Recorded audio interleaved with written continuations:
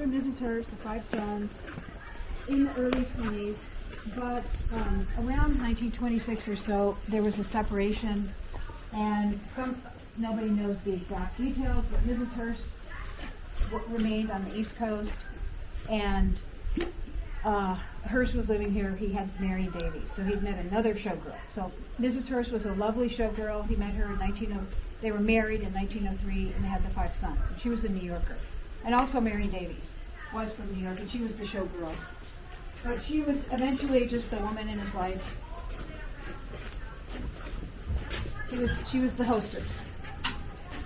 And the boys had to choose.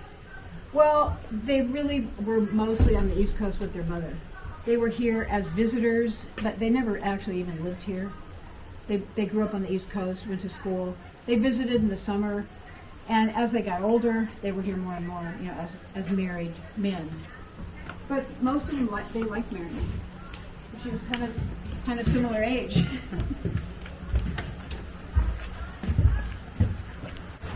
And the story here is, this was the family cottage. So Mrs. Hearst, Mr. Hearst, and then the 5 boys could be in the 2 floors below. And we can go down and see we might wait, we might go back to that cottage. But Julia Morgan wrote a letter, Hearst wrote a letter to Julia Morgan, and he said, be sure to include all the fussy things that women like for Mrs. Hearst's benefit. So you can go right through, and then I'll meet you in the front bedroom. I think it's a pretty nice bathroom.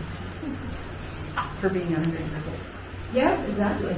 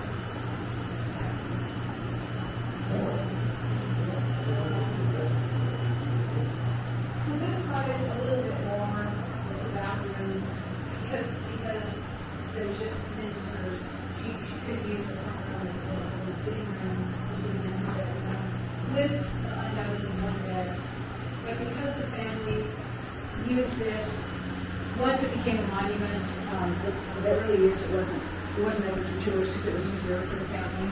So from 1958 to 1976, this was the family cottage, and they might mainly it was William Randolph Hearst Jr. and he and his family would come not often, but maybe spend a couple of weeks in the summer.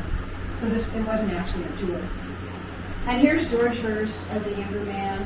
George Hearst, who initially bought the land grants, the Mexican land grants, and he made his money in mining, starting in Nevada with the Comstock lode, and then eventually Anaconda copper and the Comstock lode. So George made himself very wealthy. Here's George.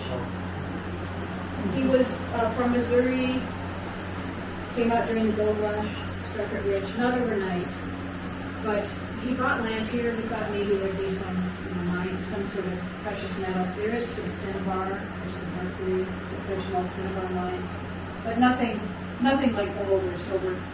And here's his only child in the refectory. I think probably in the 1930s, or maybe a little later, maybe the 1940s. And Hearst was here until 1947. And at that point, he was 84, he had a heart condition, and he had doctors that strongly advised him not to be here, because even today, we're pretty remote. So he reluctantly moved with Marion. They moved to Beverly Hills, and he never came back. And construction stopped in 1948. But here's the nice view, looking right down to the coast.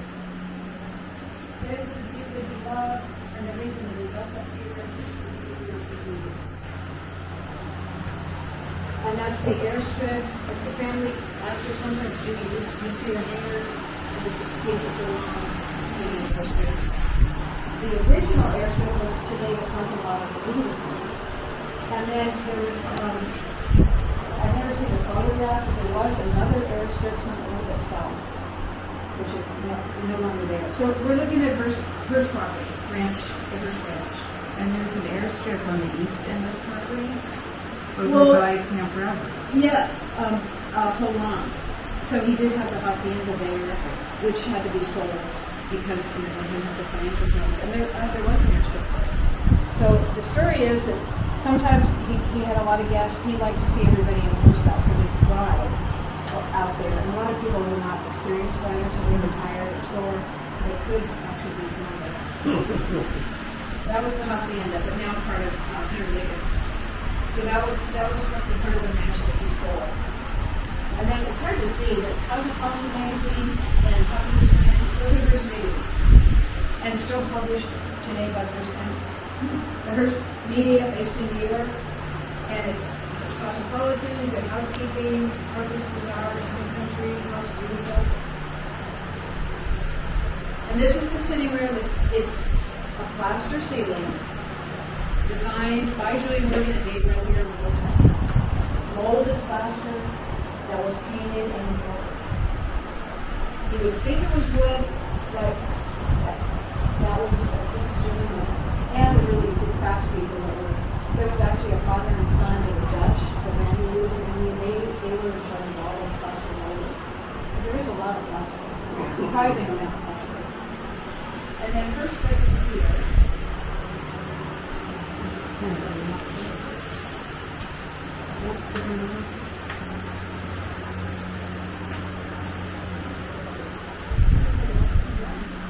It wasn't public. Definitely a lot. Here's the Madonna child. He was, I think he was drawn to the opulence and the grandeur of the church. But yeah, he wasn't a Catholic. He wasn't a churchgoer. He was asked, I think it was Forbes magazine did an interview. He said he was a Christian of no particular denomination, but no one ever knew that he went to church. But he was collecting lots and lots of art from Spain and Italy. Right. And who else was making art except the church? Well, exactly, and that's where the wealth. Yeah, right? The church is very wealthy still today. Yeah. Look at Vatican City. They can hire Michelangelo. Yeah, I think that's part of it. And when he was a little boy, 10 years old, with the Grand Tour, I think he was really impressed with the cathedrals and the monasteries and the convents of Europe.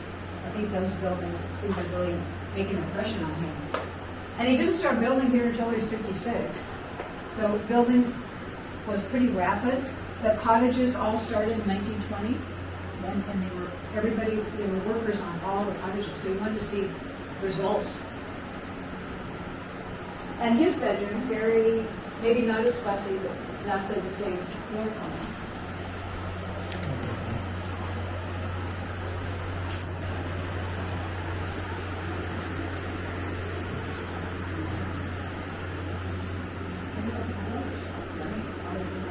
Even look at the detail, like a little bird. So Julie Morgan was the perfect architect for him. She was very detail-oriented. She loved researching and planning and sketching. She was really the perfect architect. And she had the civil engineering background from Berkeley, and then she studied architecture in Paris. And look at all the great closets. Really nice closets. Yeah, they're kind of hidden in here. Please go. We must have a lot of them.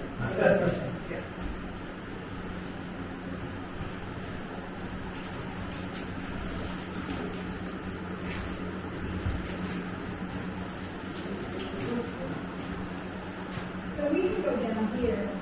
That's considered dangerous. We can't actually use kind of slippery marble. There's no barrier. But we can go out. We can see the middle of it. So there's 3 levels. And the way it worked when it's a family cottage was Mr. and Mrs. Hearst.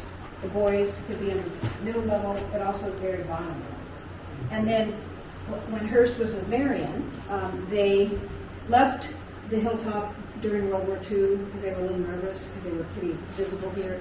Went up, lived in Northern California, and after the war, came back and they stayed here. They didn't stay in the main house, so they preferred this cottage. I can see that. A little more manageable. And then that could have been office. Sorry, Poppy. No problem. I'm sorry. Hmm. But I figured we'd just swap.